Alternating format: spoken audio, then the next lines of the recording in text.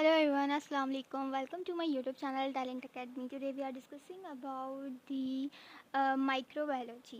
So microbiology जो है वो हम किस बुक से ये डिस्कस करने वाले हैं, वो हम लेविंसन बुक से जो है वो डिस्कस करने वाले हैं। तो इस बुक में जितने भी आपके journal bacteriology plus general virology से रिलेटेड जो टॉपिक्स हैं उनको डिस्कस करेंगे और सिर्फ वो पॉइंट्स को डिस्कस करेंगे जो आपके एग्ज़ाम्स में ज़रूरी होते हैं या आपको अंडरस्टैंड करना बहुत लाजमी होते हैं। Okay, so without wasting any time अपनी वीडियो को जो है वो स्टार्ट करते हैं।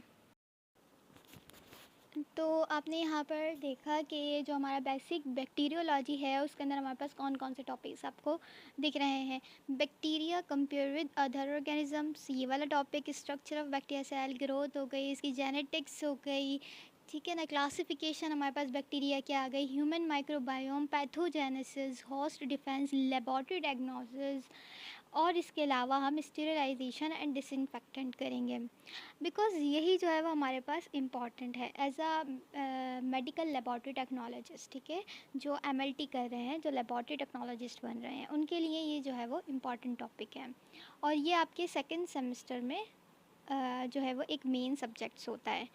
ठीक है, तो स्टार्ट करते हैं अपनी वीडियो को। जी, तो जैसा कि आप लोग यहाँ देख सकते हो कि हमारे पास पार्ट 1 बेसिक बैक्टीरियोलॉजी का चैप्टर नंबर 1 हम यहाँ पर कर रहे हैं।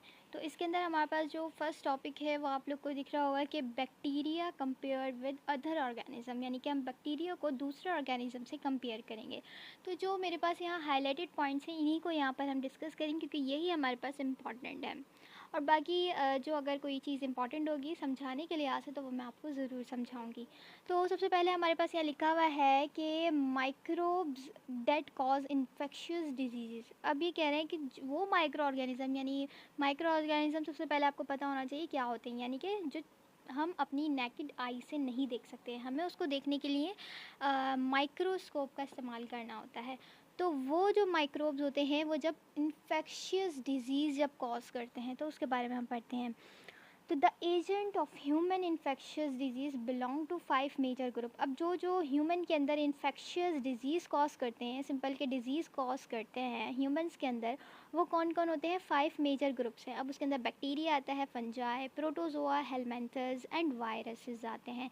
तो हमने फर्स्ट यानी बैक्टीरिया को यहाँ डिस्कस करना है और इसके अलावा जो मेरी कमिंग वीडियोज़ हैं उसके अंदर वायरस की वीडियोज़ आएंगी। ओके, हम यहाँ पर 5 मेजर ग्रुप्स हमने देख लिए हैं, तो इसके अंदर फर्स्ट एंड लास्ट हम डिस्कस करेंगे। तो आपको पता होना चाहिए बैक्टीरिया भी हमारी बॉडी में डिजीज़ कॉज करते हैं, fungi, protozoa, helminths and bacteria. Okay, आगे चलते हैं। हमारे पास यहाँ क्या लिखा हुआ है? Belong to bacteria domains where as yeast and moulds are classified in the eukaryotic domains. तो यहाँ पर ये कह रहे हैं कि जो बैक्टीरिया होता है वो किससे बिलोंग करता है? बैक्टीरिया डोमेन से। ओके, और जो फंजाई है, प्रोटोजोआ है, हेलमेंथस है, ये यूकैरियोटिक्स हैं। ओके, बैक्टीरिया हमारे पास क्या है? प्रोकैरियोट है। लेकिन ये जो तीन हमारे पास ग्रुप्स हैं जिसके अंदर हमारे पास फंजाई, प्रोटोजोआ और हेलमेंथस है, ये हमारे पास यूकैरियोट्स हैं। ओके, और यहाँ पर लिखा हुआ है कि जो बैक्टीरिया, फंजाई, प्रोटोजोआ हैं, ये सारे क्या हैं? यूनिसेलुलर हमें दिखने को मिलेंगे। लेकिन जो हमारे पास हेलमेंथस है वो कॉम्प्लेक्स मल्टी सेलुलर ऑर्गेनिज्म है। वायरस, अब अगर हम वायरस की बात करें तो ये हमारे पास नॉन सेलुलर है और ये हमारे पास there four are quite distinct from the other organism. अच्छा, अभी हम यहाँ पर एक चार्ट से जो है वो पढ़ेंगे इनके डिफरेंसेस, कौन मल्टी सेलुलर, कौन किसके अंदर क्या क्या चीज़ें होती हैं, कौन कौन से करेक्टर, तो उससे आपको अच्छे से समझ में आ जाएगा। ओके, तो आगे चलते हैं। हमारे पास क्या लिखा हुआ है? Importance feature of microbes. अब माइक्रोब्स के जो इम्पॉर्टेंट फीचर्स हैं हम उनको देखेंगे। तो सबसे पहले हमारे पास ये कह रहे हैं सेल कोई भी सेल होता है उसके पास न्यूक्लियस होता है या न्यूक्लियाइड होता है। न्यूक्लियाइड मतलब कि उसके अराउंड न्यूक्लियर मेम्ब्रेन नहीं होगी तो उसको हम न्यूक्लियोइड कहेंगे। लेकिन अगर कोई ऐसा सेल है जिसके न्यूक्लियस के अराउंड सेल वॉल मीन्स के न्यूक्लियस के अराउंड न्यूक्लियर मेम्ब्रेन प्रेजेंट है तो वो हमारे पास क्या होता है? न्यूक्लियस कहलाता है। ओके, तो ये न्यूक्लियस हो या न्यूक्लाइड हो वो क्या कंटेन करता है? डीएनए कंटेन करता है और वो सराउंडेड हुए हुआ होता है, एक साइटोप्लाज्म भी होती है वहाँ पर, आई होप आपको पता होगा। को जो मेम्ब्रेन होती है, सेल की मेम्ब्रेन, जिस तरह से ये हमारे पास अगर सेल है तो सेल के अराउंड ये सेल साइटोप्लाज्म आएगा यहाँ पर इधर, ठीक है, साइटोप्लाज्म होगा, ये हमारे पास सेल मेम्ब्रेन होगी, और इसके अलावा कुछ कुछ ऑर्गेनिज्म में सेल वॉल प्रेजेंट होती है। तो यहाँ पर अगर हमारे पास न्यूक्लियस है, तो अगर हम इसको न्यूक्लियस कह रहे हैं तो न्यूक्लियस कहने का मतलब ये है कि इसके अराउंड न्यूक्लियर मेम्ब्रेन प्रेजेंट है, और अगर इसके अराउंड न्यूक्लियर मेम्ब्रेन प्रेजेंट नहीं है तो वो न्यूक्लियोइड है। तो मैंने यहाँ पर इन दोनों का डिफरेंस बता दिया है आपको, ठीक है। अच्छा जी, तो यहाँ पर जो साइटोप्लाज्म होता है, मैंने यहाँ ये जो बताया आपको, साइटोप्लाज्म मौजूद होता है, वहाँ पर एनर्जी जनरेट होती है और प्रोटीन की सिंथेसाइज होती है। लेकिन अगर वायरस की बात करें तो वायरस के पास एक inner core genetic material DNA होगा या आरएनए होगा, यानी कि वायरस के पास दोनों चीज़ें मौजूद नहीं होती, याद रखिएगा एक चीज़ होती है, तो डीएनए होगा या आरएनए होगा, ओके, बट नो साइटोप्लाज्म। तो वायरस के पास क्या चीज़ नहीं है, कोई साइटोप्लाज्म आपको देखने को नहीं मिलेगा, okay. And so they depend on the host. तो अगर इसके पास साइटोप्लाज्म नहीं है तो साइटोप्लाज्म का यहाँ हमने काम क्या पढ़ा था कि प्रोटीन बना रहा था और एनर्जी जनरेट कर रहा था, तो जाहिर सी बात है वायरस के पास साइटोप्लाज्म ही नहीं तो इसके पास प्रोटीन की सिंथेसिस भी नहीं होगी और एनर्जी भी जनरेट नहीं होगी। तो ये किससे एनर्जी और प्रोटीन लेगा, ये होस्ट सेल से लेगा, यानी कि जब वायरस किसी लिविंग सेल पे अटैक करेगा तो उस सेल से अपनी न्यूट्रिशन या एनर्जी या प्रोटीन सिंथेसिस के प्रोसेस को परफॉर्म करेगा।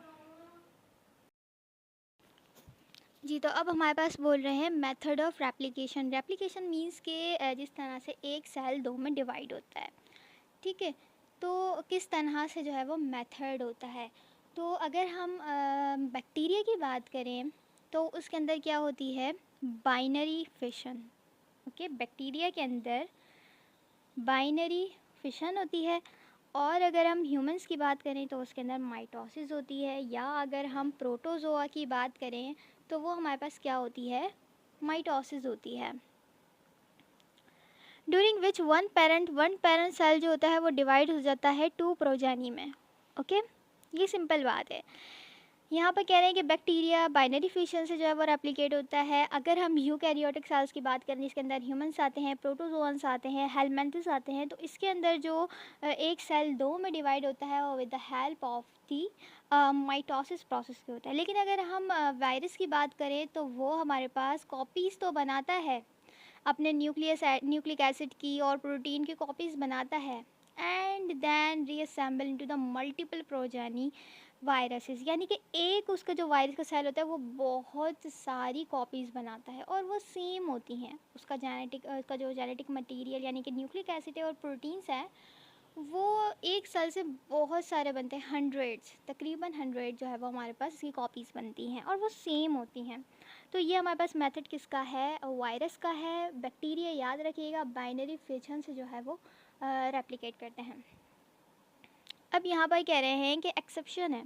एक्सेप्शन क्या है, जो रिकेट्स है और जो क्लैमिडिया है वो हमारे पास, जैसे कि ये दोनों जो है वो बैक्टीरिया हैं, तो अभी हमने पढ़ा बैक्टीरिया के साइटोप्लाज्म जो होता है वहाँ पर प्रोटीन सिंथेसिस होती है और एनर्जी जनरेट होती है। लेकिन इन बैक्टीरिया, रिकेट्स और क्लैमिडिया में प्रोटीन सिंथेसिस और एनर्जी जनरेशन की लेक होती है, यानी ये काम नहीं कर सकते। तो जाहिर सी बात है इनको कोई दूसरा होस्ट सेल जो है वो रिक्वायर होगा, which also require living host cell. तो इसको ये जो दो बैक्टीरिया हैं हमारे पास, क्लैमिडिया और रिकेट्स, इनको लिविंग होस्ट सेल रिक्वायर होते हैं।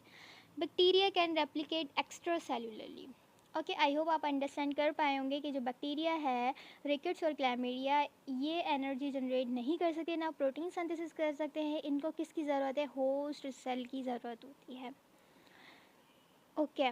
और बैक्टीरिया जो है रेप्लिकेट कहाँ करते हैं, एक्स्ट्रा सेलुलरली मीन्स सेल के बाहर। अच्छा जी, तो हमने स्ट्रक्चर की बेसिस पे देख लिया, रेप्लिकेशन की बेसिस पे देख लिया। अब हमारे पास आता है नेचर ऑफ न्यूक्लिक एसिड। तो cell contain both DNA and RNA, where virus contain either DNA और RNA but not both. I hope आपने अंडरस्टैंड कर लिया होगा कि जो सेल है वो डीएनए और आरएनए दोनों कंटेन करता है। एक जो प्रॉपर सेल होता है, चाहे वो बैक्टीरिया का हो या फंजाई का हो, तो वो हमारे पास दोनों चीज़ें कंटेन करेगा, आरएनए भी और डीएनए भी। लेकिन अगर मैं वायरस की बात करूँ तो वायरस के पास या तो डीएनए होगा या तो आरएनए होगा, एक चीज़ हमारे पास देखने को मिलेगी। ओके, आई होप आपने अंडरस्टैंड कर लिया होगा। आगे चलते हैं, हमारे पास लिखा है properties of eukaryotes and bacteria. Bacteria को यहाँ पर हम प्रोकैरियोट्स भी कह सकते हैं। ओके, तो यूकैरियोट और प्रोकैरियोट्स में क्या डिफरेंस है हम उसको पढ़ेंगे। ओके, तो फर्स्ट लाइन यहाँ लिखी हुई है कि जो यूकैरियोट्स हैं उसके अंदर हमारे पास फंजाई है, प्रोटोजोआ और हेलमेंथस आएंगे, और can be distinguish from bacteria based on their structure and the complexity of their organisation. Okay, तो आप लोगों ने देखा कि यूकैरियोट हमारे पास कौन है, फंजाई है, प्रोटोजोआ और हेलमिंथेस है। ये बात मैं आपको स्टार्टिंग में ही बता चुकी हूँ, और उसको डिस्टिंग्विश करते हैं बैक्टीरिया से उसके स्ट्रक्चर की बेसिस पर, और उसकी कॉम्प्लेक्सिटी कितनी है, वो कितना कॉम्प्लेक्स है या नहीं है। ओके, तो नेक्स्ट पेज पे मूव ऑन करते हैं। ओके, तो हमारे पास ये जो आप लोग को टेबल दिख रहा है, ये मोस्ट इम्पॉर्टेंट टेबल है। ओके,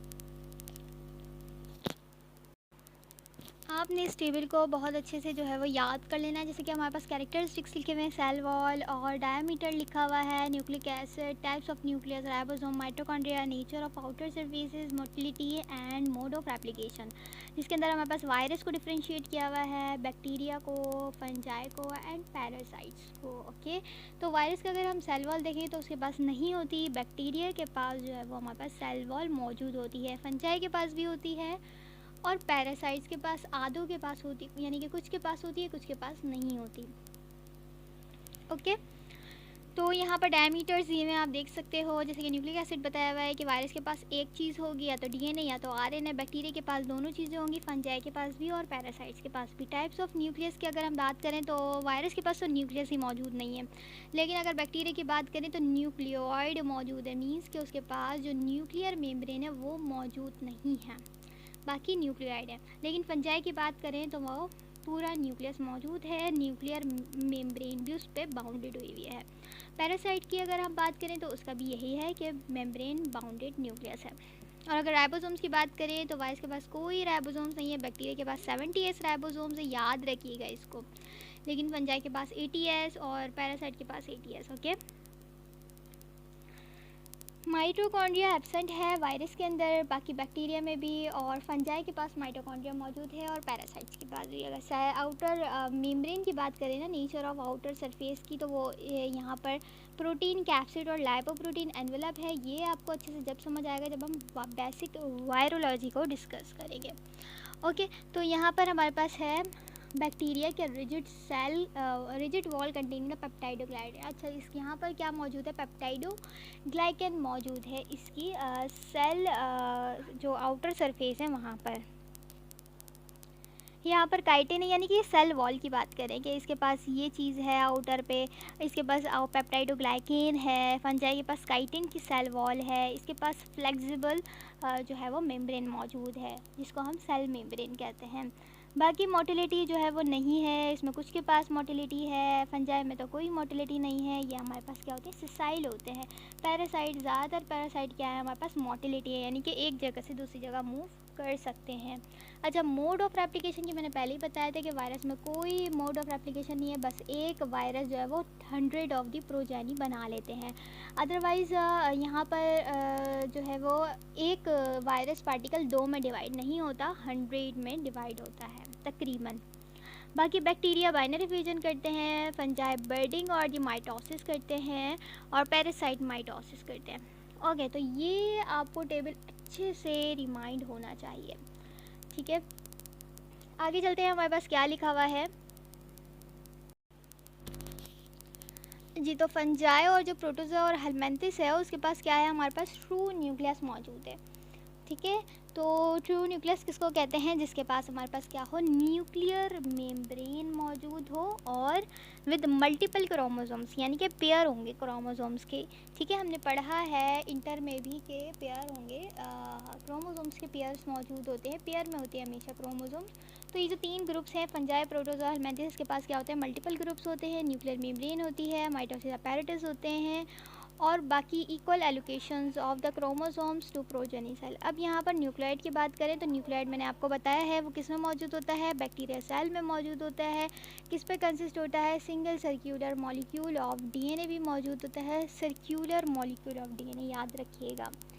जो बैक्टीरिया के पास जो हमारे पास डीएनए होता है वो क्या होता है, सिंगल सर्क्यूलर मॉलिक्यूल के फॉर्म में होता है और उसके पास न्यूक्लियर मेम्ब्रेन मौजूद नहीं होती और ना ही तो माइटोटिक अपैरेटस मौजूद होते हैं। Characteristics the characteristics of prokaryotic bacterial cells and eukaryotic human cells are compared the table 1-2। तो ये वाला जो टेबल है इसके अंदर कंपेयर किया हुआ है ह्यूमन का जो सेल्स होता है उसको बैक्टीरिया के सेल से। ये आप लोग अच्छे से ये देख लीजिएगा। इसके अंदर बस सिंपली बताया हुआ है ह्यूमन सेल को कंपेयर किया हुआ है बैक्टीरियल सेल से। तो जो बाकी जो हमारे पास यूकैरियोटिक सेल्स होते हैं वो कंटेन करते हैं हमारे पास क्या चीज़, ऑर्गेनल्स, जैसे कि हमारे पास माइटोकॉन्ड्रिया हो गया, लाइसोसोम्स हो गए और जो राइबोसोम्स होता है वो एटीएस होता है। लेकिन अगर हम बैक्टीरिया की बात करें तो उसके पास कोई ऑर्गेनल्स मौजूद नहीं होते और जो राइबोसोम्स होता है वो 70S होता है। ये हमारे पास जो इस टेबल में ऊपर वाले टेबल में जो बात एक्सप्लेन की हुई थी उसी बात को एक्सप्लेन किया हुआ है यहाँ पर। बाकी जो बैक्टीरिया होता है उसके पास रिजिड सेल वॉल होती है पेप्टाइडोग्लाइकन की, ये भी हमारे पास टेबल में लिखा होता है पेप्टाइडोग्लाइकन की सेल वॉल रिजिड होती है बैक्टीरिया के पास। लेकिन अगर हम बात करें पेप्टाइडोग्लाइकन की तो वो एक पॉलीमर है अमाइनो एसिड का और शुगर का। जी, तो जो यूकैरियोट्स होते हैं उनके जो हमारे पास वॉल होती है, सेल वॉल होती है, वो किससे बनी हुई होती है, वो हमारे पास डिफरेंट मटेरियल होते हैं। जैसे कि हमारे पास यहाँ लिखा हुआ है कि बाय आ फ्लेक्सिबल सेल मेम्ब्रेन होती है, ठीक है। और in the case of fungi, अगर हम फंजाई की बात करें तो फंजाई के अंदर क्या होता है कि उसकी जो सेल वॉल होती है वो काइटिन की बनी होती है। आपने ये रिमेंबर रखनी है बात कि काइटिन की बनी होती है। या तो सेल वॉल होगी, सेल मेम्ब्रेन होगी जो हमारे ह्यूमंस के अंदर होती है, वो सेल मेम्ब्रेन होती है। लेकिन अगर फंजाई की बात करें उसके पास सेल वॉल होती है तो वो किससे बनी होती है, काइटिन की। और अगर हम बैक्टीरिया की बात करेंगे तो हम क्या कहेंगे कि पेप्टाइडोग्लाइकेन होता है, ठीक है, कहाँ पर, सेल वॉल में बैक्टीरिया की। ओके, तो जो हमारे पास सेल वॉल अगर काइटिन की बनी है तो वो क्या है, वो होमोपॉलीमर है। होमोपॉलीमर किसका है, एन एसिटाइल ग्लूकोज अमाइन का है, टिपिकली फॉर्मिंग दी फ्रेमवर्क। ओके, तो हमारे पास जो यूकैरियोट सेल मेम्ब्रेन होती है वो कंटेन करते हैं स्टीरॉल। जैसे कि हम हैं, हमारी जो सेल वॉल होगी यानी कि सेल मेम्ब्रेन जो होगी उसके अंदर क्या चीज़ मौजूद होगी, स्टीरॉल्स मौजूद होंगे। लेकिन यूकैरियोट्स के अंदर तो मौजूद होंगे और जो प्रोकैरियोट्स हैं उसमें मौजूद नहीं होंगे। लेकिन यहाँ पर एक एक्सेप्शन है कि जो हमारे पास बैक्टीरिया है जिसका नाम है माइकोप्लाज्मा, उसकी जो सेल वॉल है वो जो है असल में उसके पास सेल वॉल ही नहीं है, ठीक है, वॉल लेस है वो। और वो क्या कंटेन करता है, स्टीरॉल्स कंटेन करता है, ठीक है जी। अच्छा जी, अगर हम मोटिलिटी की बात करें तो जो प्रोटोजोआ हैं are heterogeneous group that possess 3 different organs.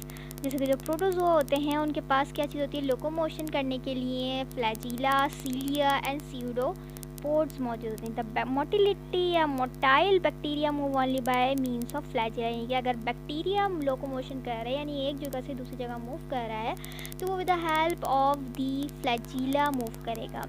Okay जी, तो यहाँ पर हमारा जो है चैप्टर तकरीबन कंप्लीट है। टर्मिनोलॉजी का मतलब है कि किस तरह से यहाँ पर नाम दिए जाते हैं बैक्टीरिया को। तो बैक्टीरिया को जो नाम दिया जा रहा है जैसे कि इशेरिया है, इशेरिशिया इज़ द जीनस, ये क्या है, जीनस है, और कॉली जो है वो स्पीशी है। जैसे कि हमारे पास अगर फंजाई की बात करें तो उसके अंदर कैंडिडा एल्बिकेंस है, तो कैंडिडा एल्बिकेंस, कैंडिडा उसकी जीनस है यानी, और एल्बिकेंस जो है उसकी स्पीशी है।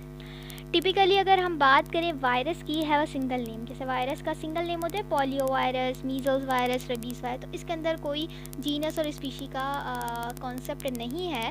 कॉन्सेप्ट कहाँ हमने फंजाई और बैक्टीरिया में यहाँ देखा, हमें समझाने के लिए बताया कि किस तरह से हम किसी भी बैक्टीरिया को नेम देते हैं।